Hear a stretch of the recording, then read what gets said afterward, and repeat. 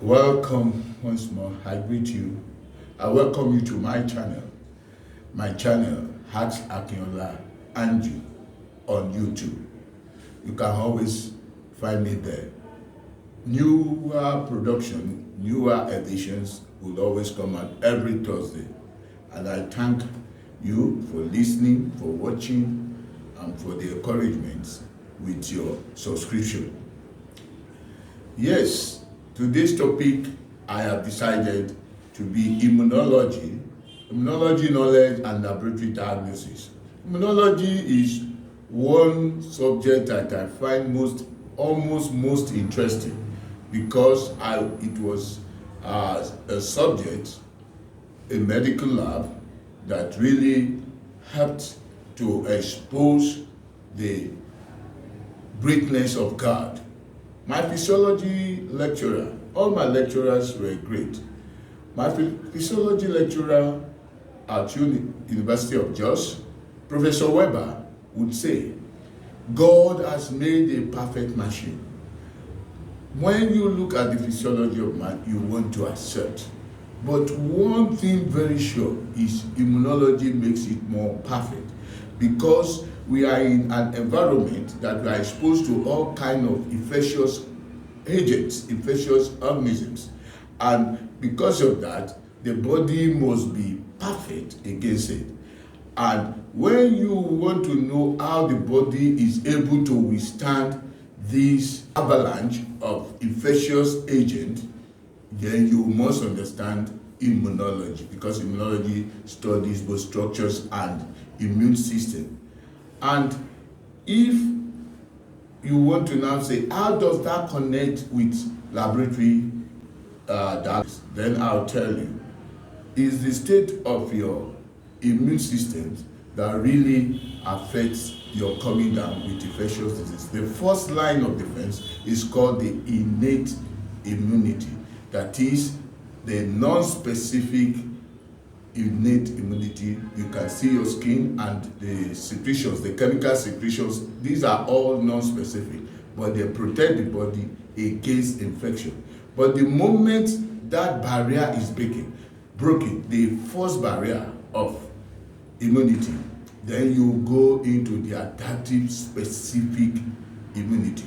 This level that I am now trying to expose us to will not be complete until I try to make a picture of all this so that you can have a perfect understanding.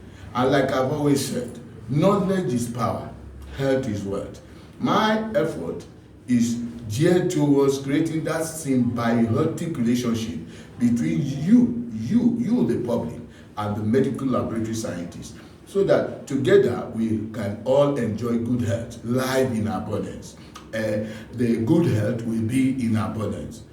The way I will impart it and also help you in asking for certain tests to be done so that you can boost your immunity, which is very useful in resisting all these infectious agents. The body itself can have a situation of autoimmunity, but all that one I shall express when we now sit down to really talk about the various aspects and the laboratory diagnosis. But like you know, without your subscription, I will not be engendered, more or less, that I will feel disappointed that I'm not satisfying you, but I want to satisfy you. So that's why your subscription will always make me know that yes, I am satisfying your demands. So subscribe, click the like button, subscribe, and let us continue to enjoy this production. Immunology knowledge and lab diagnosis. This is very important. You need to know about immunology before you can apply it. And all serological tests, I repeat, all serological tests are for diagnosis are from the knowledge acquired. The definition: immunology is the study of structure and function. The immune system, this is what the body uses to combat all kinds of infectious agents, name it, bacteria, viruses, parasites, and fungi. The immune response is a collective and coordinated response to the introduction of foreign agents. The body responds once the barrier is broken.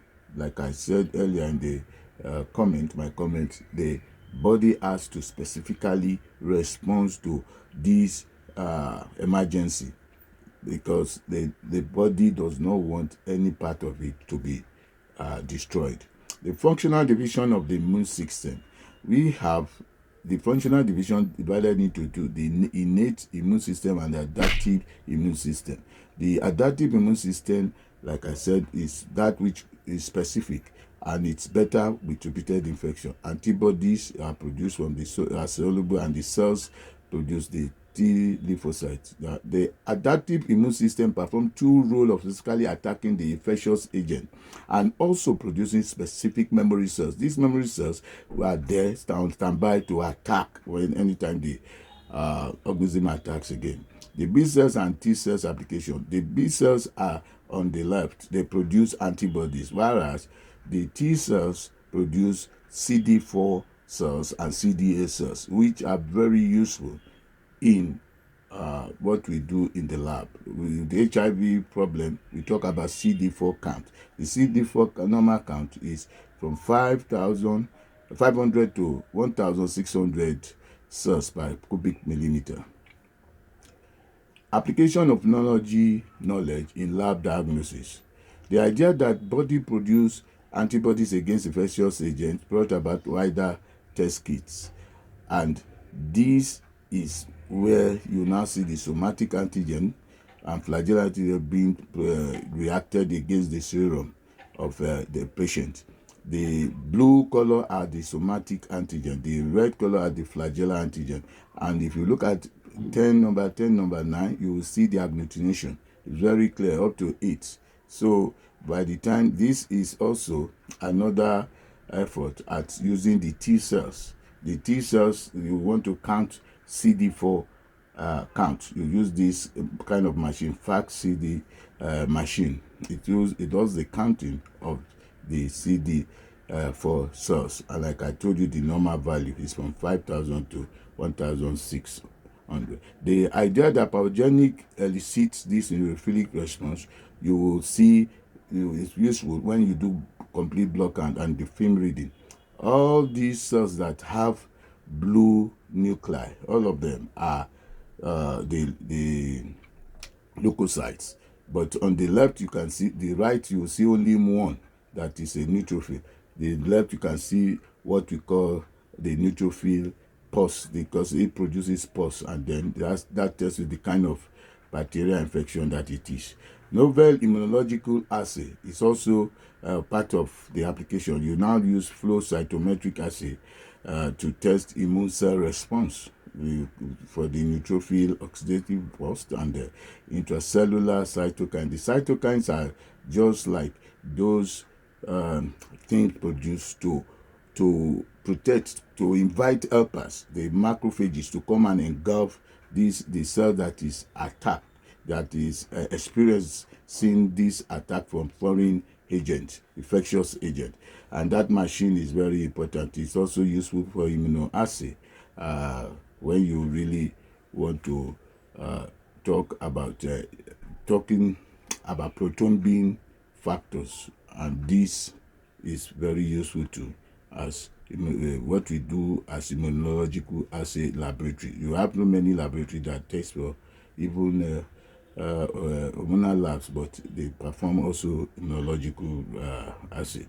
The recent effort at COVID-19 vaccination is also using the knowledge acquired from immune response to trigger the body to produce antibody against the spike protein, and that is what is used for the serological test in for COVID-19. Thank you for listening.